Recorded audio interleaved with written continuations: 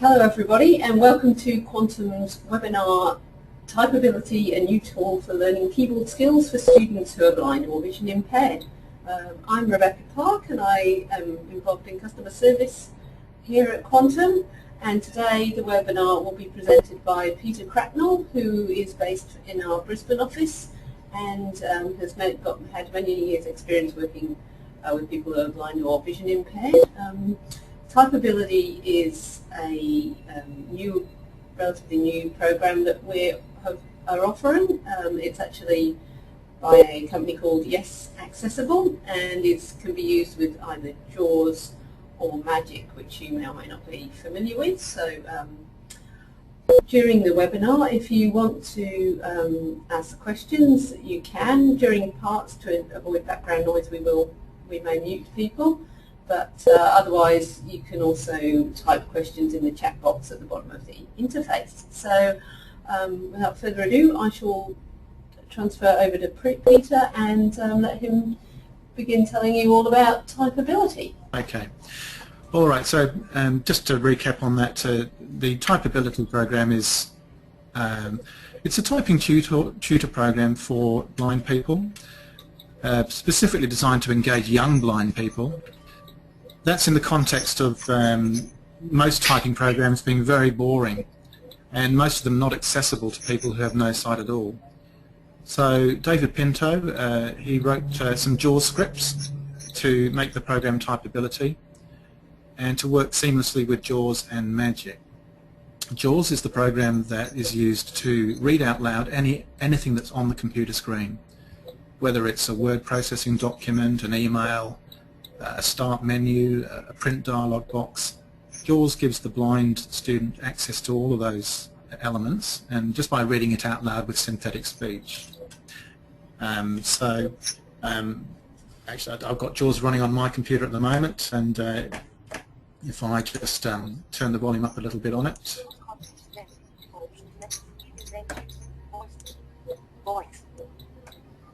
Now, I don't know if you can hear that. Menu. Yep. Yes. Mm-hmm. Yes. Okay, so it's down a little bit low, but the idea is that as I use my arrow keys to move through, say, a menu, it says all programs submenu A, and that tells the blind student that the name of the item is all programs. It has a submenu, and the shortcut letter is A. So we don't actually need to use the mouse or anything. We can just use the keyboard to navigate around. So if I want to go up to, say, the Microsoft Word, I could just press M.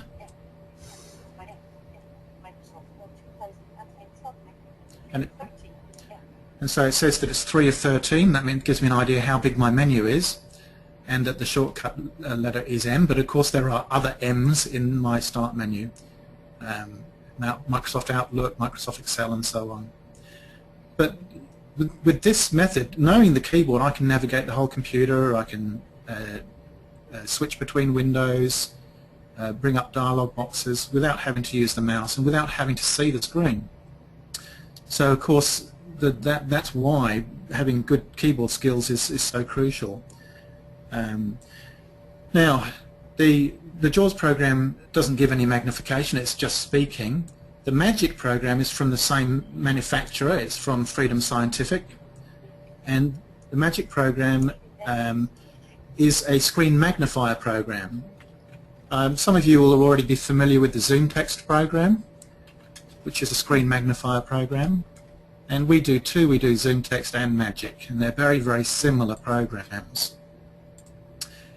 They up here in Queensland, the Department of Education has just transitioned to a state licence for Magic and JAWS, so that kids in the state schools can actually use those programs from any computer in any state school. And the reason why Magic was chosen over Zoom Text was because it integrates so well with JAWS, because it comes from the same manufacturer. So the theory is, well, a lot of kids are transitioning from some vision to very, very poor vision or no vision, and it would make sense to have that process of transitioning from a vision environment to a speech-only environment as easy as possible. And as Magic and JAWS share the same keystrokes, that process is a lot easier. So that was the reasoning behind. It wasn't that Magic is vastly superior to Zoom text or anything like that. It's mainly of that transition ability. All right, that's a bit of background about Magic and JAWS. What about typeability? Okay. Well, I'm just going to start the program, and you'll hear that what will happen is that the voice will change to what's called the eloquence voice. With JAWS and Magic, they come with a range of voices that you can choose, and students will choose male, female, or different sorts of voices. The actual eloquence voice that comes as standard on JAWS is a more robotic voice. It's interesting that as people speed up their voices, as they get more proficient, they tend to prefer the eloquence voice that comes with JAWS, even though it is more robotic, because it tends to pronounce very clearly even at high speed. I don't know if you ever heard some kids with JAWS computers with it cranked up to 200 words a minute, but it's incredible that they can understand it at all. Well, the thing is that with the eloquence voice, it still pronounces very clearly the words, even when they're cranked up to those sorts of speeds. Whereas some of the fancy voices that sound more natural, they tend to trip over themselves a bit at high speed. So this is why, as default, typeability always switches to the eloquence voice. The one that I prefer is the Scottish voice. And you've got all sorts of different voices. That's just because I get a bit tired of listening to the other voices. So I just every now and then I just change the voice to something a bit more fun. So you can have, if you want, you can have a French voice or a German voice. But don't forget, it won't actually translate from an English screen into proper French or the other way around. It will just speak it with a French accent. Okay, so I'm going to start the typeability program.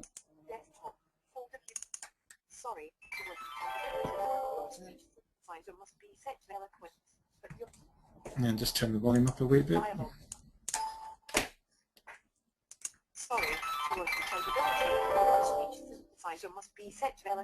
Okay, I'll change the synthesizer to eloquence. This is what I was talking about before about being technically challenged.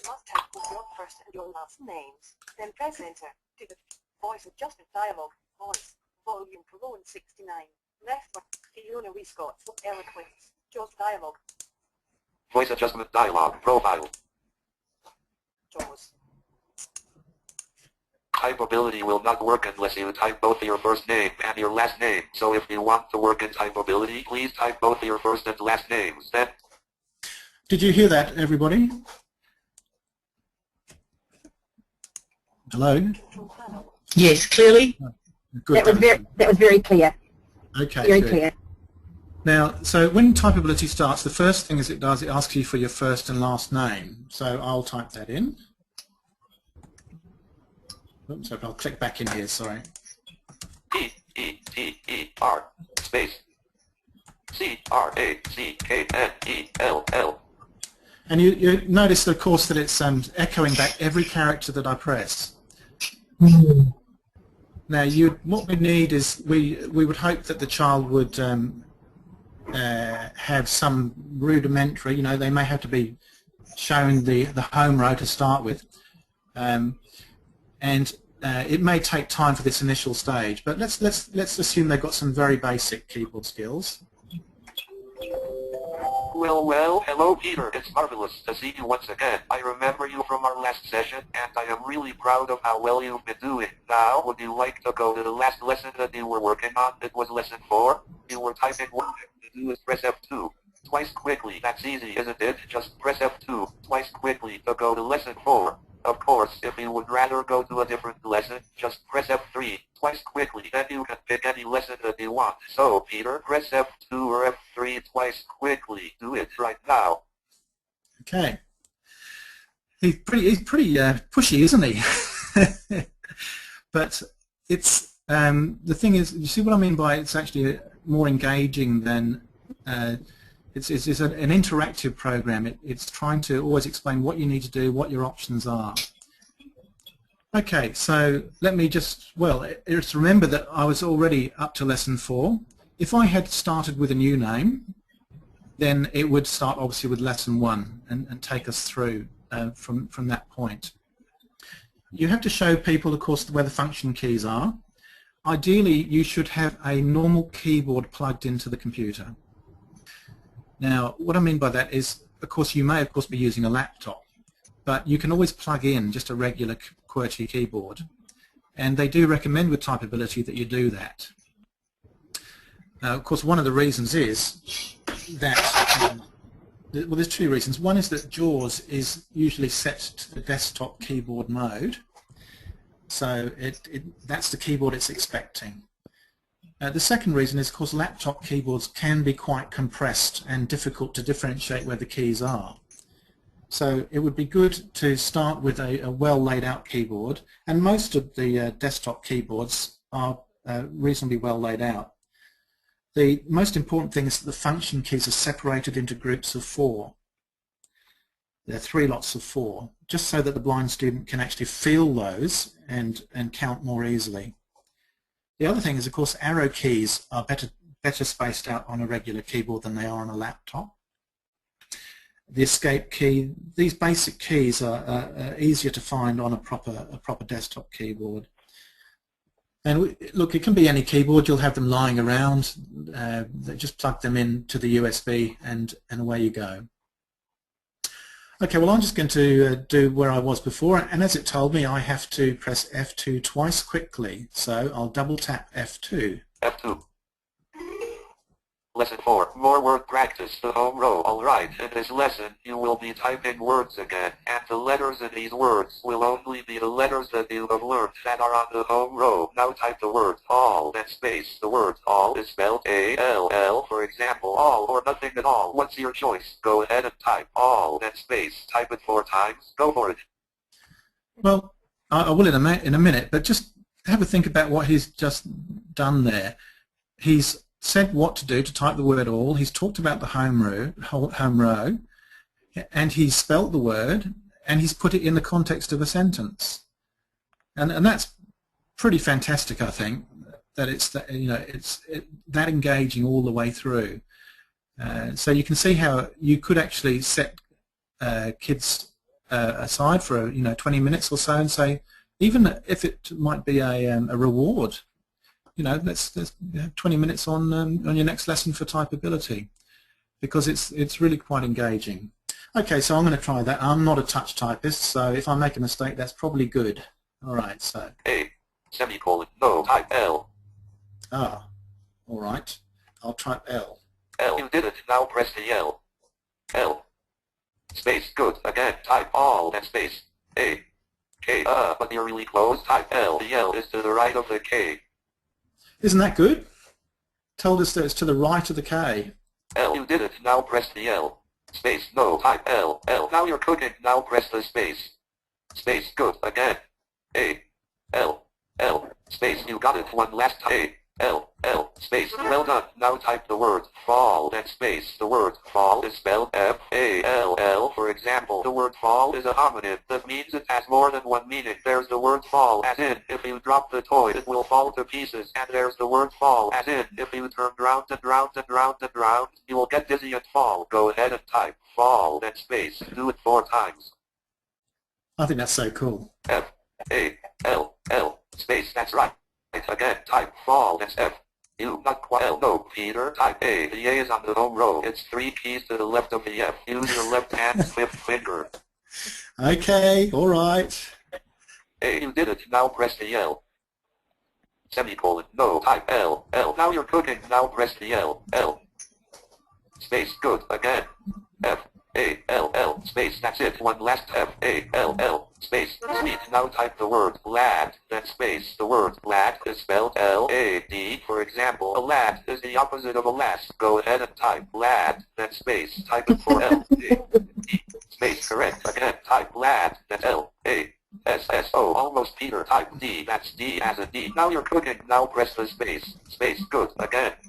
L-A-D space yes or E one last time P-L-A-D space cool. Now type the word lads, then space. The word lads is spelled L-A-D-S. For example, lads is the plural of lad. Go ahead and type lads, then space. Type it 4 times. Go for it. Okay, now you can. I think you get the point. Definitely. Yeah. What do people think? What do people think so far? I love the feedback. You know, Yep. the feedback of where it's related to the other letters, because that's always been difficult with some of the other typing programs. Yes.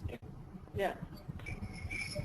I think it requires a fair bit of concentration, especially for the young ones, but if you can key them in to listen for his funny voice or his funny jokes, that could work. I think some of the descriptions are probably above a little bit of, slightly above some of the kids. So things like lad wouldn't be a word they'd be familiar with, nor would it be that it was the opposite of lass. Yeah. Yeah. But other than that, I think it's cool. Yeah. It's difficult to picture it at exactly the right age and ability, isn't it? And of course, some people would find that very irritating, either the accent or the jokiness. And for that reason, they actually allow you to customize the experience. So what you can do is you can actually, apart from, sorry, I just noticed these features on the right that I should mention, of course, about changing the font size and changing the contrast. Of course, a lot of the children will have some low vision condition. They won't be totally blind. So you may need to customize it to either the font size, just by clicking on that. TypeAbility dialog. And also the contrast as well. Now this is of course to reverse it, and you may also in certain cases want to use the magic features, which allow you to put even further adjustments to contrast, to different color schemes and so on.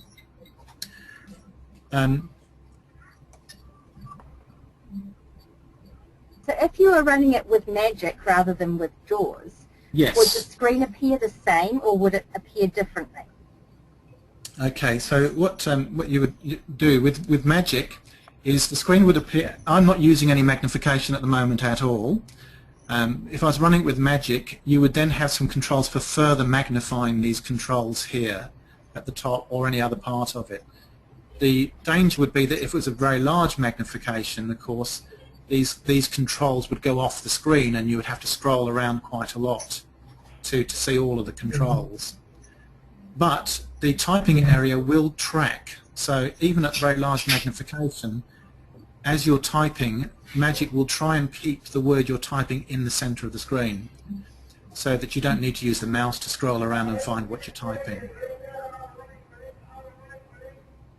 Okay. And you're still going to have the same speech feedback, is that right? Yes, you'd still have the same speech feedback, which would be the eloquence voice. So that would still be the same.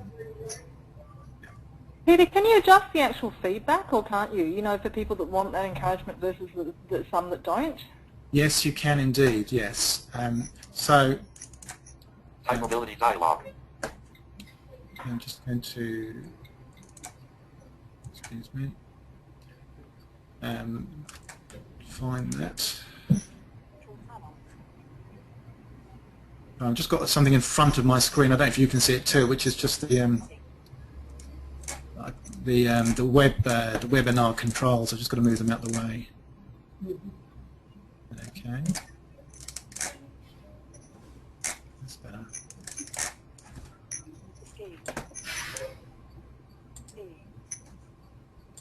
Now, yes, so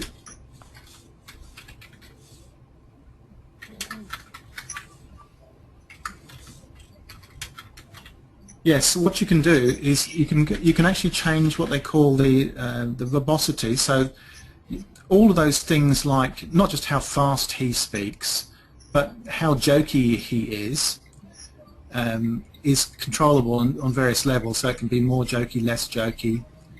and that can all be customized so that every time I log in as Peter Cracknell, it will remember those settings.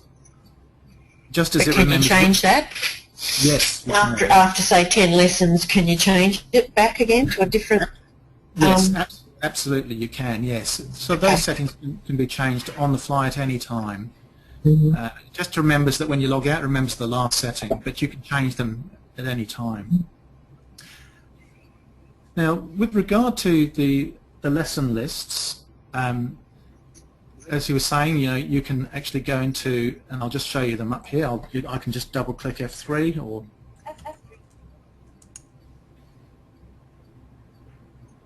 TypeAbility dialog. So here we have the list of lessons here, and as you can see, they just go through the basic stuff. Then to start introduce. The arrow keys and numpad delete closed. Then the very important navigation keys and control keys, the enter keys, arrow keys, and so on. Cursor movement. The cursor with right and left arrows closed. Chat 11. More word practice. Home. Chat 12. Game 1. Find the missing letter and type it. RLV webinar TypeAbility 5T open. In a series of basic games. Chat 13. New letter. Chat 14. Word. Chat 15. Word practice. Chat 16. More. Chat 18. Phrases, home row and above, RLV webinar TypeAbility 5T open. Now to open up these choices here, I just simply press the right arrow key. Open, 18. Phrases, home row and above. And down arrow. Slow walk file new help, 6 of 11. Enter. Lesson 18. Phrases, home row and above, task 6. Alright Peter, now here's 2 words to type. Slow walk, then press space. That's the words. Slow walk, then press space. Peter, type it 2 times. S-L-O-W, space, W-A-L-K, space. Oh yeah, now one last time Peter, type. Slow walk, then space. You're not, I can't see that, so. Change contrast button. Yep, got it. Yeah, got it. O-S-L-O, double space, W-A-L-K, space. You got it, Peter. Can you type these 3 words? Read a paper, then press R-E-A-D, space, E-A-D-R, space, good, R-E-A-D, space, A, space, P, no, type A. You did it. Now press the P-E-R, space. Terrific. Here are 3 words for you. Ask a pupil, then press space. That's now, the words. you can see also that it's keeping a note of my accuracy and my words per minute. And we can actually, if we want to actually test people properly, just to see where they're at, we can do this thing called keyboard racing. TypeAbility dialog. On the F5 key. Sorry.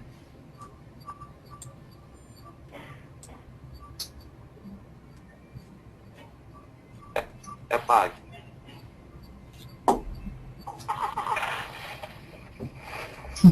That's cute. Start typing the words ask a pupil. TypeAbility will start timing exactly how fast you type. Then, when you hear bells or a car honk, stop. P-U-P-I-L, space. A-S-K, space. P-U-P-I-L, space. A-S-K, space. P-U-P-I-L, space.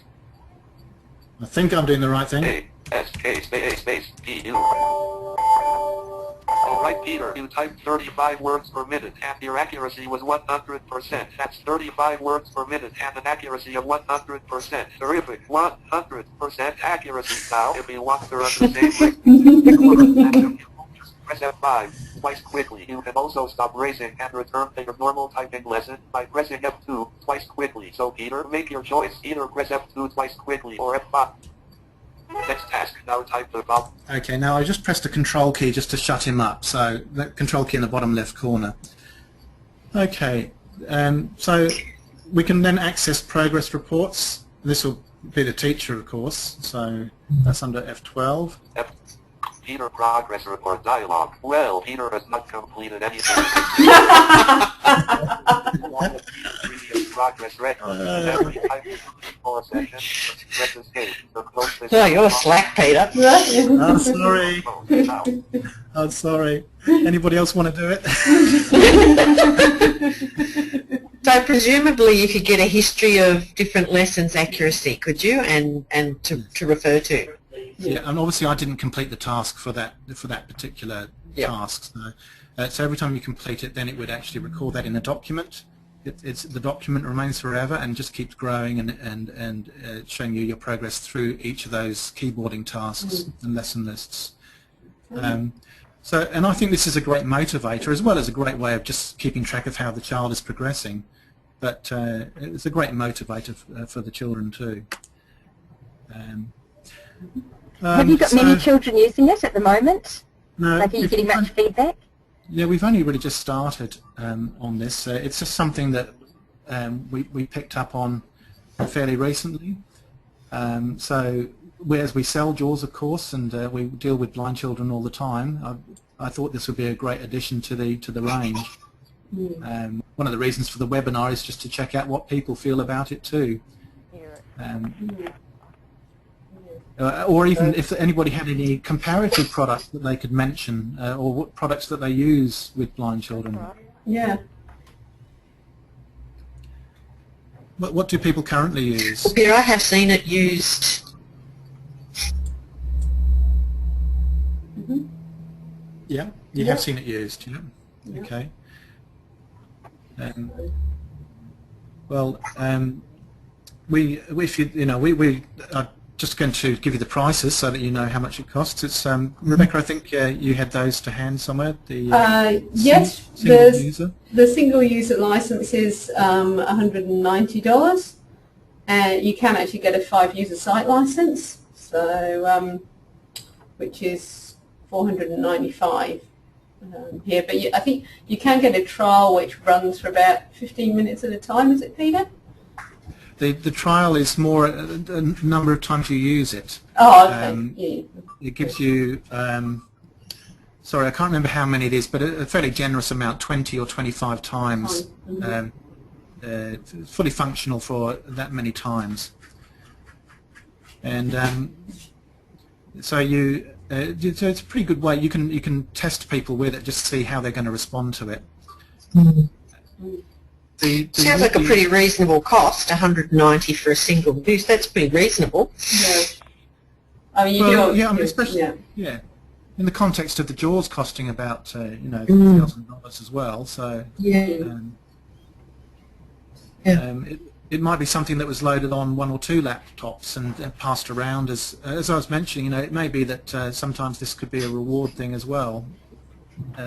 Unattended, people could be doing some practice unattended, and all sorts of scenarios.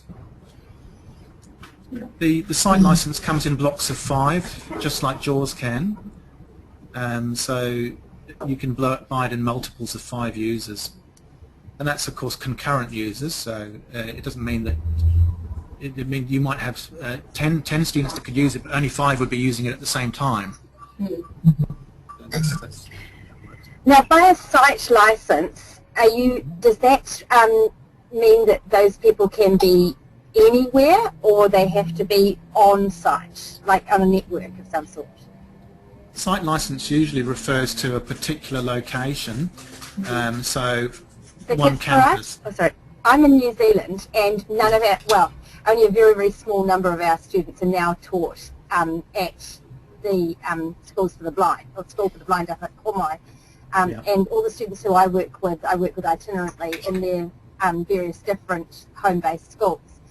And so they come together occasionally for immersion courses, but most of the time when they're working, they're spread all over the place. So although they're all under BLENS, which is Blind Low Vision Education Network New Zealand, so would that be a problem? Well, we have a bit of a precedent with that. We could certainly take a very concrete example like that to the manufacturer, but so with the Queensland Department of Education, we got an organisational site licence for JAWS across any campus that's in the state system. So the way to do that is for us to inquire whether, if it was an actual organisation, then we could do it as a site licence and get around that location issue. So yes, we could certainly look at that. I can't give a definitive on that. I'd have to get in touch with Freedom about that, but they certainly have been certainly looked at it favourably with regard to JAWS here in Queensland, so I imagine they would do much the same with regard to TypeAbility as well. So Peter, can I ask about the single user license? Let's for instance say it was for one student and they had it at their school. Could it then be put onto their home computer as well, or would the one at the hardware at school have to be taken home to practice on? I'm not sure about that. I can ask Freedom about that, because I know what you're saying, because with JAWS, for example, you can normally get up to 3 activations of a single user license. Yep. I'm not sure. Actually, Rebecca, would you be able to maybe chase that up with Freedom? Yes, certainly, or with, yeah, I can do that. I was just seeing if I could find out anything more about the licensing. That could be quite motivating for families, because if you're teaching them something like that at school and the kid's excited about it, if it could be taken home and shared with mum or dad or someone else in the family, older brother or sister, it gives you know, more reason for them to be excited themselves and want to learn a bit more. Yeah, I agree with you. Yes, I think that's right. And this is always the barrier, isn't it, with technology that the child is using at school but not allowed to take home for insurance reasons or whatever. So yes, no, I think that would be terrific if that could be the case. Yeah, I'll certainly chase that up. I'm just looking at TypeAbility. Yeah, it's not anywhere obvious, but I'll check that out. Well, this is why I think it's quite useful to have these webinars to get these kind of questions, so that we can take it to Freedom and just put those scenarios to them. Yes. So apologies for the odd technical hiccup there, and say it's not something I use myself except just to demonstrate it to children and teachers, but I think it's an engaging, and it's quite robust. It hasn't crashed on me yet. So, I think that anything that engages children and motivates them to be on, rather than just scales on the piano and just because I'm doing it because teacher tells me to, is good. Especially if it could also be married into showing some results with perhaps doing something on the computer that's a bit fun. I know that my own child he's a very good typist. He has no vision impairment, but he became a massively good typist because he was playing RuneScape and Minecraft so much, and because there was so much typing in those little boxes. Let's go over here and collect that, or let's go and chop that down. And he became a massively good typist. And anything like that can engage and show some reward to the children, I think is fantastic. So yeah, I'm just pleased that it works so well in such an engaging way. Peter, can I ask one question right about the very beginning of keyboarding skills? Yes. Does TypeAbility go through, home key and finger placement, or is that up to the person, the tutor, actually getting them to position their fingers correctly to start with? Yeah, no, look, especially at the beginning, it's crucial that somebody's with them to position their fingers. Right. Yeah. TypeAbility will say it's on the row above and it's 2 keys to the right of, which is fine, but you definitely need somebody to physically place their fingers on the home row. That's definitely most important. And even keys, where the escape key is and all those sorts of things, they need to be shown. Thanks. All right. Well, that's pretty much all. As I say, it's not that it's a very complicated program. I'm sure you can see how it all works. If anybody would like demos, Rebecca, do we have them on CD, or are they just available from the Freedom Scientific website or our own website? I will check whether we've got a link on our website, but yeah, we can send that out on CD. That's not a problem. As a trial. Yeah. So it would actually, and I think it will work if you're running demo Magic and JAWS as well. I mean, obviously that's got limitations. It does work. It does work. Yeah. It does work. So yeah, we can organise that if anyone wants it. So is it downloadable, the demo is downloadable from the Freedom website, is that right? But you have to keep downloading it to do the trial. Every time you do it, you download it again? Is that how no, I'd say you just download it the once. I think it's a link on the Freedom site. It's actually produced by YesAccessible.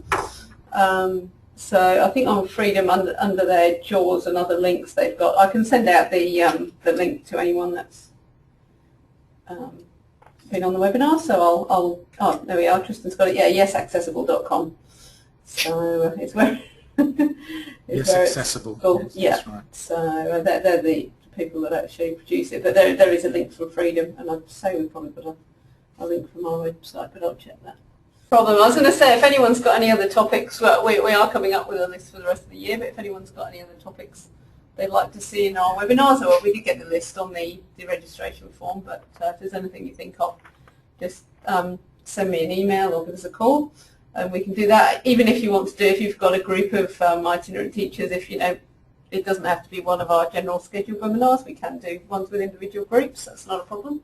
So if there's anything specific you really want to know, or extra tips and tricks, they're always happy to do that. So, and any feedback about the webinars are welcome too, as it's a fairly new venture that we've been doing. So. Well, just I'd like to just say that it's great because we're obviously from all states and from overseas, and any training we can get is always at our own time, our own cost. So this is fabulous. Thank you very much. Okay, so thank you to everyone for attending the webinar. If you've got any further questions you think of after the meeting, or are interested in arranging a demonstration of any of our equipment, or trying the product, or even if you've got a suggestion for another webinar that we can run, please contact us on 1300 883 853 or at info@quantumrlv.com.au.